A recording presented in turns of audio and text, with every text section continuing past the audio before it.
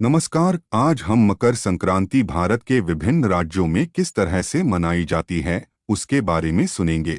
मकर संक्रांति का पर्व पूरे भारत में बड़ी धूमधाम के साथ मनाया जाता है। यह त्योहार हिंदू धर्म में विशेष महत्व रखता है। पौराणिक मान्यताओं के अनुसार इस पर्व को नए फल और नई ऋतु के आगमन के लिए मनाया जाता है। जब सूर्य देव धनु राशि से निकलकर मकर राशि में प्रवेश करते हैं, तब मकर संक्रांति मनाई जाती है। दरअसल भारत के विभिन्न राज्यों में अलग अलग नामों और परंपराओं के साथ मनाया जाता है, और इसी खूबी के कारण मकर संक्रांति का पर्व अन्य सभी त्योहारों से अलग व विशिष्ट बन जाता है। आइए सुनते हैं कि सभी राज्यों में मकर संक्रांति के विभिन्न नाम और इसे मनाने का अनोखा तरीका। महाराष्ट्र में इस पर्व को मकर संक्रांति के नाम से ही मनाया जाता है। महाराष्ट्र में माना जाता है कि मकर संक्रांति से सूर्य की गति तिल तिल बढ़ती है, और इसलिए लोग इस दिन एक दूसरे को तिल गुड़ देते हैं। इतना ही नहीं, तिल गुड़ देते समय वाणी में मधुरता व मिठास की कामना भी की जाती है,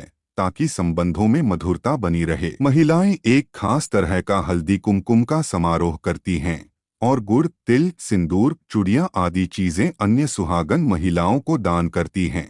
उत्तर प्रदेश में इस पर्व को खिचड़ी के नाम से मनाया जाता है। इस पर्व को दान का पर्व कहा जाता है, जिसमें खिचड़ी को मुख्य रूप से शामिल किया जाता है। इस दिन से गंगा घाटों पर मेलों का भी आयोजन किया जाता है।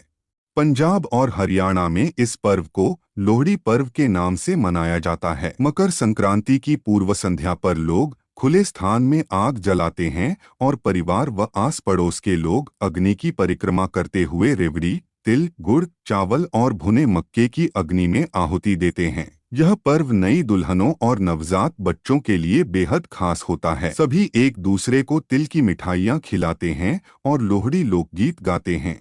गुजरात में इस पर्व को उत्तरायण के नाम से मनाया जाता है। इस दिन पतंग उड़ाने की प्रथा है। इस पर्व पर पतंगोत्सव का भी आयोजन किया जाता है। गुजराती लोगों के लिए यह एक बेहद शुभ दिन है, और इसलिए किसी भी शुभ कार्य की शुरुआत के लिए इसे सबसे उचित दिन माना जाता है। मकर संक्रांति के दिन गुजरात में ऊंधिया खाने का भी एक रिवाज है।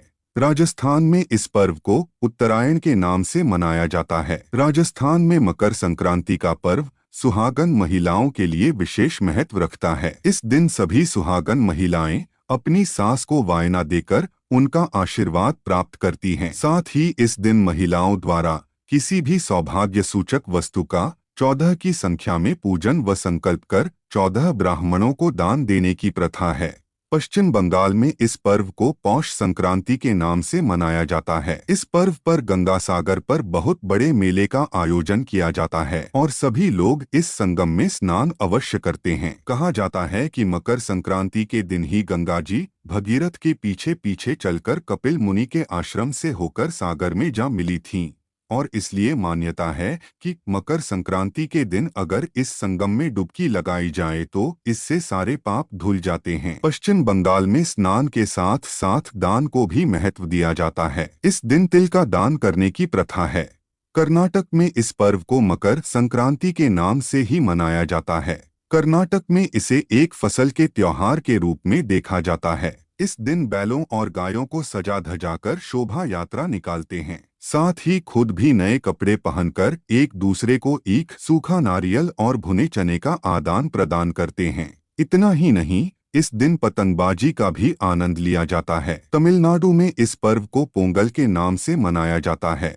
पोंगल मनाने के लिए सबसे पहले स्नान करके खुले आंगन में मिट्टी के बर्तन में खीर बनाई जाती है, जिसे पोंगल कहा जाता है। इसके बाद सूर्य देव की पूजा की जाती है, और अंत में उसी खीर को प्रसाद के रूप में ग्रहण किया जाता है।